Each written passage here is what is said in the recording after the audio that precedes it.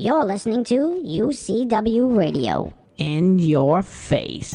What we got here is a failure to communicate. Oh, have I got your attention now? Greed, for lack of a better word, is good. You know what I mean? Money to be made in a place like this. Money never sleeps, pal. You're crazy. Don't run when you lose. Don't whine when it hurts. You know what it takes to sell real estate? It takes brass. I've fallen, and I can't get up. All right, welcome to Money Never Sleeps. This is the show where we talk about anything and everything that impacts the flow of money from around the corner to around the world. And I have to apologize, we were going to have this show a few days ago, and I just have not been feeling well. So I've been under the weather, and I'm just feeling better now, so I'm able to actually have my voice. So it'd be very difficult to do a show without my voice, don't you think? So, anyway, a lot of news that's been going on in technology from Facebook and Google, Twitter, Uber, so on and so forth. Just a lot of things happening. I want to touch on what's going on with privacy issues with Facebook. Facebook has been getting slammed because of a privacy issue that came up. Now, Google, Twitter, basically any social media, and even Amazon, your shopping sites and everything. What people need to understand is that your information, you think it's private, it's not private. They keep records of everything, and for legal reasons. But in the case of Facebook and the social media and Google and Twitter and so on and so forth, basically that information is utilized for the purpose of selling ads. That's the only way that they can keep the service running. They have to make money on it. If they're not making money on it, then what's the purpose in having it? And that's the caveat, But I believe that more people understand that than don't. I don't know. Right now, how is it a shocker that, oh my God, they keep our information? Yeah, look at all the information you have to input. Do you think that it's, a legal thing? No, they're trying to get your demographic information, all this stuff, so they can advertise to you. So the advertisers can go and direct ads to you on whatever it may be. Okay, so, it's not a shock. What is a shock is when things are, illegally sold off, information sold off, In the world, I talk a lot about, cryptocurrency. To me, it's a digital asset. Having information on the people that use your network, that's a digital asset. And they're selling these digital assets time and time again. Same way when you have video games and they have these skins that are out there, these are digital assets. So these are being sold for profit. And with that being said, for the longest time, social media, Google, it's in that realm too, even though you have the search engine technology, which you started out with, but they have a social aspect to it with their circles. They have that information. But with social media, when all this started coming alive, it was just seen as a platform, a way to communicate with people in a way that you never were able to. And that's what made Facebook original. At first it was a lockdown that you had to be at a certain college, have a certain college email to actually have Facebook. And then it opened up for everyone. So, for everyone, including your grandma, your great grandma, everyone is on Facebook. And then Twitter was different. Twitter, was utilized as an SMS platform where you can send quick messages, just like you're sending a text, but in a public format. But with all these platforms, they were initially called platforms, and they're still called platforms. The thing with technology evolves. So that means that the college attitude towards, or the university attitude towards what you're doing as a business has to change. The moment you're taking money from investors, the moment you hit Wall Street, the moment all this stuff starts happening, and you trade in your hoodie for a suit and a tie, well, guess what? You have a responsibility. Responsibility. Okay, so technology companies are no longer the platforms. They are more and more so as time goes on. They're going to be, they're going to be controlling a lot of stuff that's out there, a lot of information. And it's beyond social. It's going to be more. It's going to be more than that. It's going to be medical. It's going to be this. It's going to be, the information is just going to flow. And then with the incorporation of blockchain and all this other stuff, you're going to see how all this stuff's going to evolve. It's going to start, things are going to start overlapping and so on and so forth. So there's a responsibility. And that responsibility has to be met by the leaders in tech, from the leaders at Google, at Twitter, at Facebook, at Amazon. They have a responsibility, and they have to take it on the chin. And right now with Zuckerberg, like him or not, with what happened here, again, I don't see it as a big shock. But when you have Washington saying, hey, come on down and testify, you gotta take responsibility as a leader. I don't care who did what in your company. Guess what? You're the leader. You're the captain of the ship. Take responsibility. Take responsibility, because I would. And I do. Okay? And any company that I'm in and that I run, guess what? Something happens, the buck stops here. I don't go and pass it on to my CFO or my COO. I take it on the chin. And that's the way it needs to be. And if he doesn't do that, well, he's making a big, big, big boo-boo. So let's see what Mark Zuckerberg does if he mans up. He traded the hoodie for a suit and a tie. Well, let's go. Let's see. Let's see what happens and see how this is going to it's going to set the precedent for what's going to be happening down the road, I believe. And just on a stock note, with Facebook getting clobbered, definitely a buying opportunity, because there's no question the revenue, even if they start cutting things down, the margins get a little narrower, it doesn't matter. They're so set in what they have going on that the company is going to be profitable for some time to come. Because the advertisers are not going to stop. Okay, because they're reaching the masses. They're reaching what? I don't know how many billions of people, but they're reaching them, right? So you need, it's a buying opportunity, but I'm just looking at it as from the tech end, okay, and what's happening out there and what needs to get done. Okay, look at futuristic movies and what has transpired and what's going to transpire. So, it's the future. It's the future. Now, just keeping on the Facebook, Google, Twitter conversation, they also went, and I think this was probably a really good move.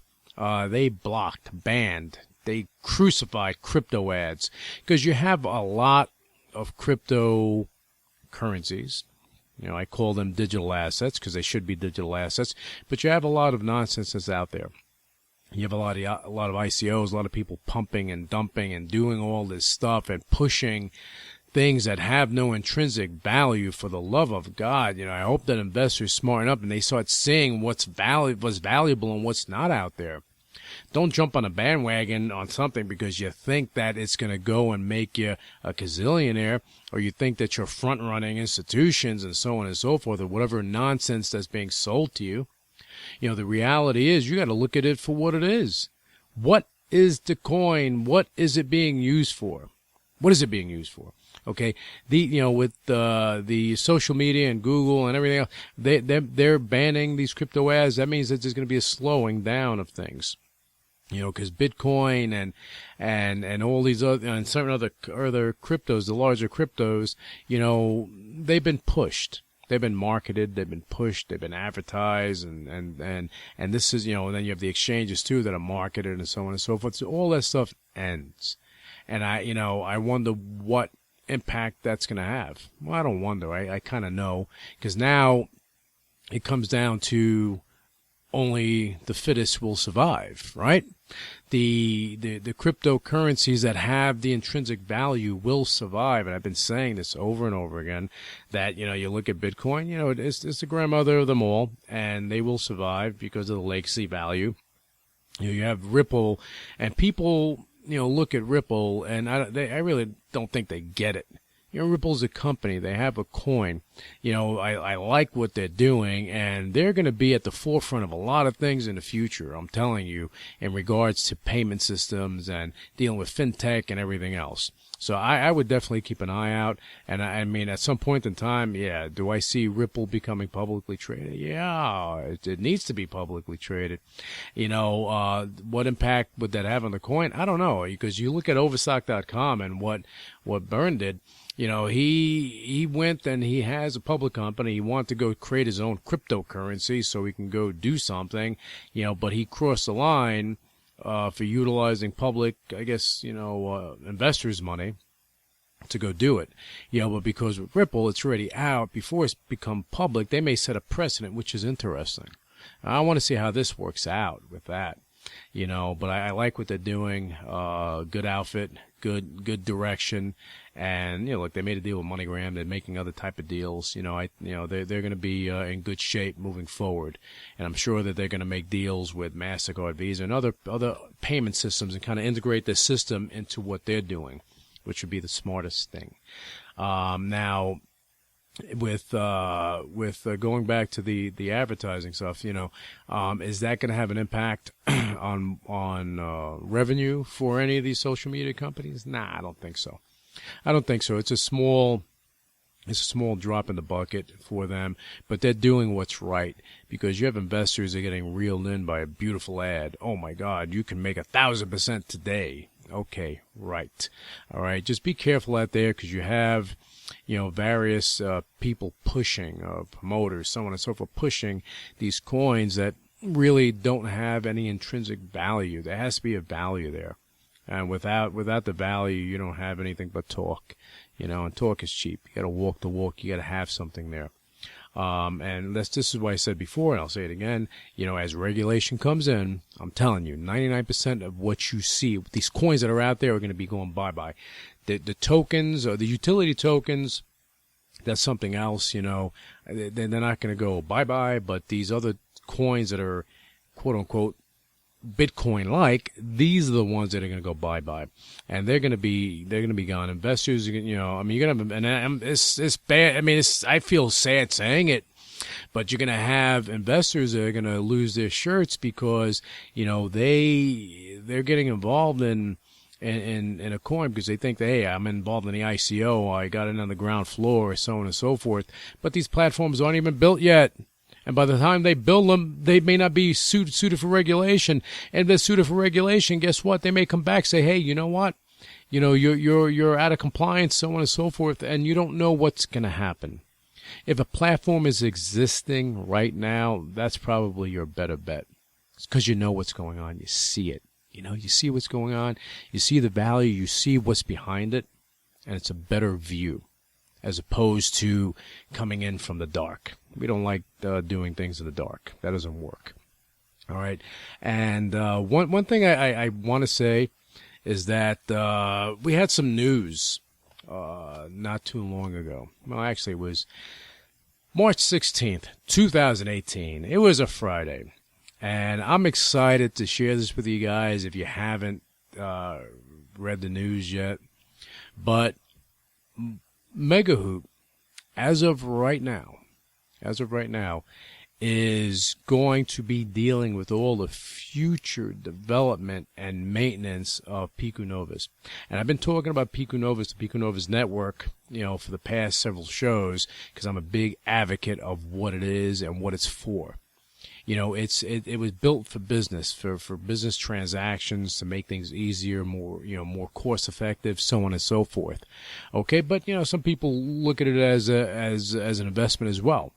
And you have individuals that are utilizing them for their own trading purposes, like anything else, like any other commodity. You trade gold, whatever it is, and that's what it is. It's a digital asset. It's digital gold, for lack of a better phrase. Okay, and the one thing that I don't do, I don't hype anything up. There's no need to. I share information where you make your judgment call on whatever you want to make it on. You have to do your due diligence with anything. I don't care if it's stocks, bonds, cryptos, commodities, a business deal, be smart, do your due diligence, learn, understand, so you're making informed decisions. And going back to Megahoot, the development team for Megahoot is going to be taking over the future development, which I'm excited about. And the reason I'm excited about is because I founded the company. I founded Megahoot, and my team is top notch, elite, and all the ideas, all the things that we see, a network like the Pico Novus network doing, we're going to be able to incorporate that and more.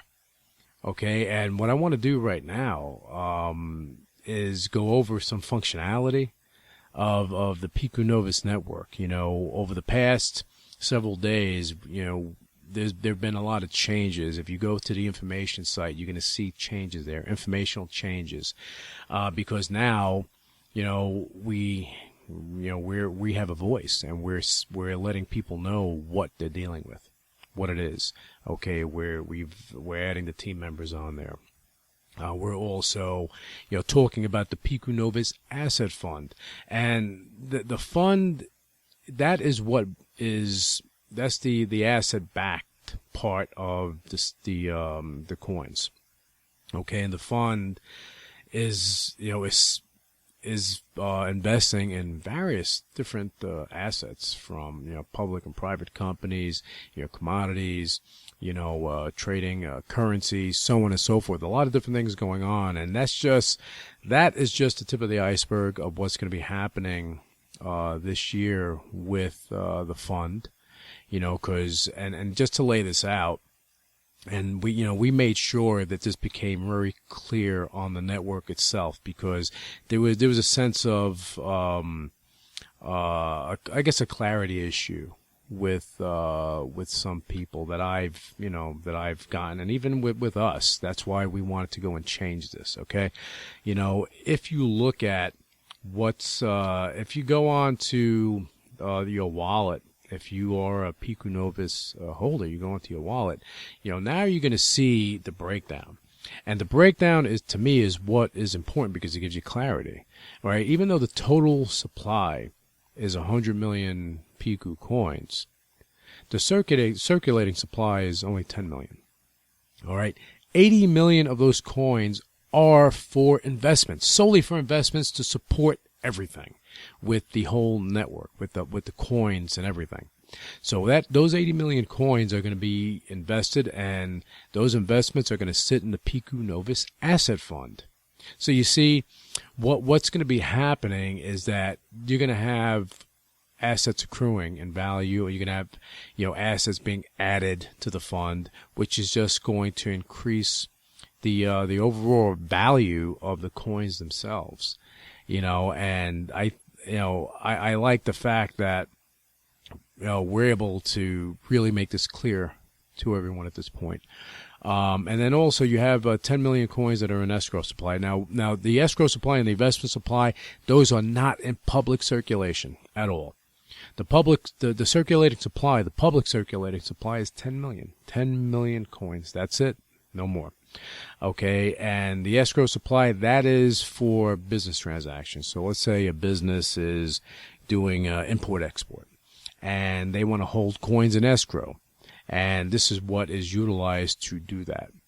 And it allows for businesses and transactions to go a lot smoother. And we really like that function. That was one of the main things that I really liked about the network, beyond it being asset backed. You won't find too many, if any, coins out there that networks like this that are asset backed. You have ones that have business models and so on and so forth. But you see a lot of these ICOs. That's what I keep touching on for the benefit of you guys. You see these ICOs, people are jumping in, and they're hearing the hype speech and everything else. The bottom line is that you don't know what you're getting involved with, because the network is not developed. Okay, it's better to find something that is developed. Now, all right, so with that said, Okay, we know the circulating supply is 10 million. That is made clear on your wallet. Now, I want to go over some of the functionality, and I said I was going to do this last week. I was going to do it this week, and that's exactly what we're going to do for the remainder of the show, so I can give you some clarity on stuff. When you go to the dashboard, that's where you see everything. That's where you see the total coins. Those are the coins you have. Okay, and underneath there, you'll have coins in escrow. Okay, those are the coins you have in escrow. And then you see the total value of your account. And whatever the number is, it's in US dollars, that's total value of your account. Now, let's say you needed to go and go print a statement for your account or something like that. You can do that under user settings. There's a button there that you can print a statement, which is a pretty cool feature. Now, moving forward, you have your public ledger, and that is what shows all the transactions that occur in general on a daily. Okay, and you can see them. Everything's transparent, clear, and that's the beauty of blockchain technology. There's no hiding, there's no dodging, weaving. You can't change it. It's immutable. It's irreversible. When something hits the blockchain, that is it. There's no going back saying, hey, I want to change this. No, there's no changing of anything. And it's no different here. That's it. Public, done. The ledger, it's there engraved in stone for everyone, the world, to see if they should need to see it. Right? Now, and you go, and the other function is if you're going to go send coins. Oh, well, you know what? Let me stay on the public ledger for a second. When you go into the public ledger, you can click on any transaction to expand it. Okay, because you'll see a whole bunch of transactions. They'll just keep ticking away. If you click on it, it'll give you more information on that particular transaction. If there's a note on there, it'll show you what the block height is, and so on and so forth, the amount, and everything else. And when Piku is trading on exchanges, which it's inevitable that's going to happen, then that information will be inputted into the blockchain as well, and that's something that we'll keep you posted on. Now, going back to all right, beyond the public ledger, send coins. All right, that's pretty self-explanatory. You can go and you can put a dollar amount of what you want to send, and it will automatically convert it into the Piku amount, whatever it is at that moment, whatever it's trading at. And then you just put the address there, and you can, just send it to whoever you're sending it to, or whatever you're doing, whatever you're trading it for, or whatever the case may be. Now, let's say you're doing a transaction. Let's say you're buying a car, a TV, whatever you're doing, and the other party is willing to accept Piku as payment, but you don't have the product yet. You don't have the merchandise. Well, you can actually use the escrow system, because the escrow system was initially created for business transactions, no question.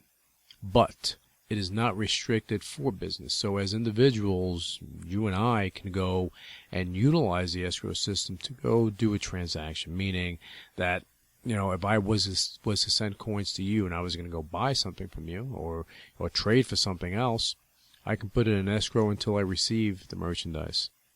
Okay, and the only way that I'm going to be able to cancel it if I don't get the merchandise. It's a safety precaution, safety feature for everyone, actually.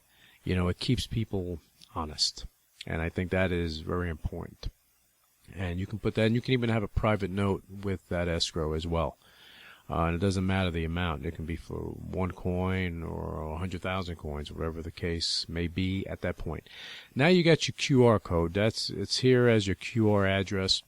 And basically, there's going to be a development to that. The QR address is, pretty simple. You'll need a QR reader, and that's going to be here on the network soon enough. But, the QR address has your public key. So if you're doing a transaction with someone and you're face to face, they can just bring that up as opposed to them bringing up their whole account, or you copying their key, their public key, in order to do the transaction, they can just show you the QR. You can click it with your phone on the system, and it'll automatically go to you so you can send them coins. And it's a pretty cool feature. It makes things a lot easier for everyone. So that's something, again, that development with the QR code reader should be up, soon enough, hopefully this week, and that'll be useful. But the QR code itself is there and active. Now you can go request coins. Now, a lot of questions that I got is, how can I buy? How can I buy? When you're looking to buy Pico Novus coins, it had to be that somebody that has it, and that's how you're able to get it done. Okay, but a feature was put on here to request coins. So basically, let's say someone wanted to go buy coins and they want to purchase them. They can just go and click on request coins, but how many coins they want to request, they're looking to buy, and it goes into the system. Okay, and the system will randomly reach out or connect with others that may have an interest in selling those coins to someone. So that is that's a work in progress of how that's going to ultimately kind of work a lot smoother for everyone, no question. But that was an important thing, because a lot of people did not know. They couldn't go to an exchange to buy it, because the API, the reason it's not on an exchange yet is because the API purposely wasn't completed, because the network itself was, that is the primary, that's primary. Okay, that is the most important thing, to get it together, get everything working fantastically, and we're almost there. So that API is going to be coming out shortly, and then, these coin exchanges will be able to offer or carry it if they so choose. That's not something that's in our hands. That's in the hands of the people. It's power of the people. If they want to get it done, then they'll figure out a way to get it done. The API will be ready for that soon enough. Okay, and now a cool feature, which I liked, because this is a recent addition, is messages. So let's say you go and someone sends you coins. How do you know, right? How do you know? Even if you go on there, it was a guessing game about a month ago. But now you get coins, you get a message in your inbox. You get a message on your inbox in your digital wallet. And I believe that you'll also get an email to your email. So there's no question that you got them. Okay, this was a cool feature, and I like it because it's notifying you of what's going on. It really, it's pretty cool. Okay, and you can also, once you're communicating with someone, if you wanted to go and send them your QR code and stuff like that, you can do that via the messaging as well, which is pretty cool. All right, now going to user settings, you can go in there. You can go change your password. Make sure you put your name, address, and everything, because you put your name, your address, and all that stuff in there. When you print your statement, all this stuff's going to be on your statement. And at some point in time, I know that it's going to be legally, you're going to have to do it. When regulation comes down the pike, and it's going to be coming down the pike, these are things that are going to be required at some point. Okay, so all that information is there for you to use, so that when you print your statements that are on the tab over, that it makes it easier for you to share with someone if you needed to. Because keep in mind, the Pico Novus coins, it's a digital asset. It's a true asset. So when you show that, that's just like if you have a car or a home or gold or whatever, this is part of your net worth, and this is part of your net worth. And then you can change your password there too, if you need be. And then also, it is highly recommended when you do a transaction, for you to change your, reset your public key. And you can do that there too. You go to your public key, you press it, and you can reset it to get a new public key so that you keep everything safe and sound. Okay, now I want to go to what you see on your dashboard. You're going to see the current price or the current value of per coin, and then you're going to see the percentage change, and it's over a 24-hour period. So you'll see the percentage change, you'll see the trend. Then you'll see the volume again over a 24-hour period, and you'll see it in Piku coins and in US dollars. And then, of course, you have your market cap, which is the total market cap of the public circulating supply. And that circulating supply is 10 million coins. And then you have your graph. Yeah, cool little feature. Shows your graph. And then it shows your latest transactions underneath there. So, all in all, truly functional. And the system's going to get better. When the API is released, I'll definitely let you guys know. You can just check out my social media, and I'm sure I'm gonna bark it out to let everyone know, because I want everyone to be aware. I want full clarity and transparency as we're doing this. Because this right here, as I said earlier, I'm super excited about having the opportunity.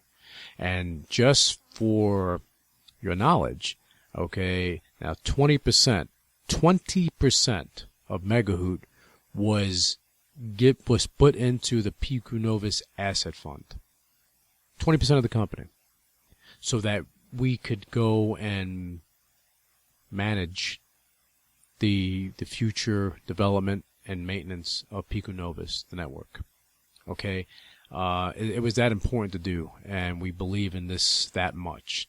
And honestly, I want to personally thank everyone that is involved, because you're going to be you're joining a journey of something that we're in the infancy stage of digital assets, but it's going to get better and better as time goes on, and the value is just going to increase. But anyway, I want to thank you guys for tuning in, and we'll be back with you on the next episode of Money Never Sleeps. All right. Until that time comes, you can ask me questions on social media and so on and so forth in regards to Piku Novus and in regards to Megahoot, in regards to anything that we're working on. All right. Anyway, I want to again thank you guys for tuning in, and thank you for being a part of what's going on. You guys have yourself a great trading day. Initiating shutdown sequence. You're listening to UCW Radio in your face. What is your major malfunction? So let it be written. So let it be done. Ladies and gentlemen, my mother thanks you, my father thanks you, my sister thanks you, and I thank you. All opinions expressed by Luis Velazquez on the Money Never Sleeps radio show and its website are solely his opinions and do not reflect the opinions of the UCW radio show or their parent company or affiliates, and may have been previously disseminated by him on television, radio, internet, or another medium. You should not treat any opinion expressed by him as a specific inducement to make a particular investment or follow a particular strategy, but only as an expression of his opinion. His opinions are based upon information he considers to be reliable, but neither the UCW radio show nor its affiliates, parent companies, and or subsidiaries warrant its completeness or accuracy, and it should not be relied upon as such. The UCW radio show, Luis Velazquez, its affiliates, parent companies, and or subsidiaries are not under any obligation to update or correct any information provided on the radio show or on the website. His statements and opinions are subject to change without notice. No part of his compensation from the UCW radio show is related to the specific opinions he expresses. Please read the full disclaimer on MoneyNeverSleepsRadio.com.